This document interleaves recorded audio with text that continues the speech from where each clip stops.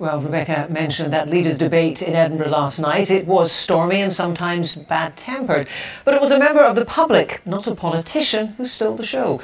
The First Minister was taken to task by a nurse over the continuing pay gap, which she says has driven her and her colleagues to use food banks.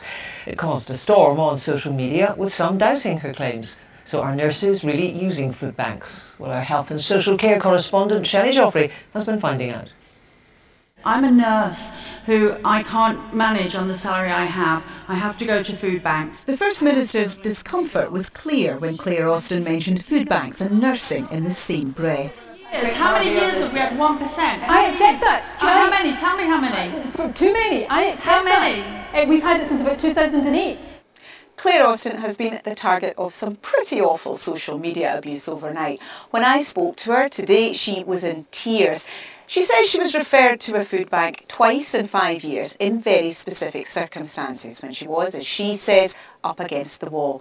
But just how common is her story? A fully qualified nurse in Scotland starts on just over £22,000. That's £312 higher than south of the border. A healthcare support worker starts on just over £16,000, nearly £900 more than in England. The minimum income required for a single person to get by is just over £17,000, according to the Joseph Rowntree Foundation. So it's easy to see how some may be struggling. The Royal College of Nursing in Scotland can't point to any specific cases of nurses using food banks, but around 40 nurses have received money from their hardship fund last year.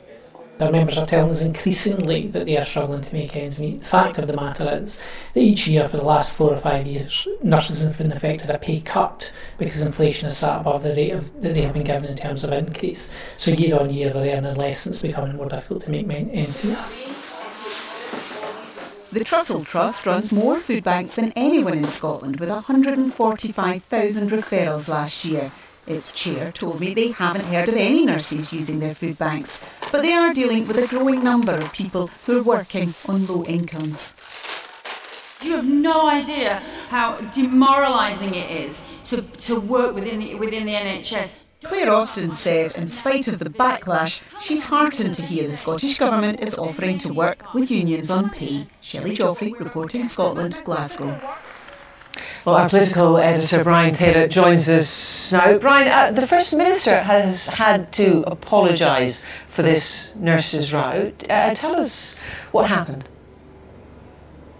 I mean, as these things tend to do, there's been something of a stooshy on social media, with some questioning the relative extent of Ms Austin's penury and others suggesting and noting the fact that an SNP candidate had to apologise for wrongly suggesting that Ms Austin was married to a Conservative councillor. So these things have buzzed back and forward, again, as I stress, as they tend to do. In the middle of it somewhere, there is a genuine policy question, which, to be clear, is devolved to Scotland and not directly the responsibility of MPs. And that question is whether there should be a continuing pay cap for nurses and others in the health service. You have those on the left criticising the SNP approach in Scotland. The SNP answer is to say that they have endorsed, they have implemented UK-wide pay recommendations that has resulted in nurses in Scotland being paid more than those in England. And Nicola Sturgeon is also suggesting that with inflation beginning to edge up, now might well be the time to alter that argument and to alter the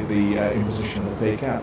And tomorrow, Brian, the focus moves to the SNP as the party launches its manifesto. Yeah, I mean, if pay is about arithmetic and politics is often about arithmetic, it's about spending promises and tax promises, this election in Scotland feels to me like geometry. You have the competing parties talking about the strategy and the tactics they would take. You have a battle as to who is best placed to counter the Conservatives at Westminster, and you have a battle as to who is best placed to challenge the SNP in Scotland. Thank you very much, Brian.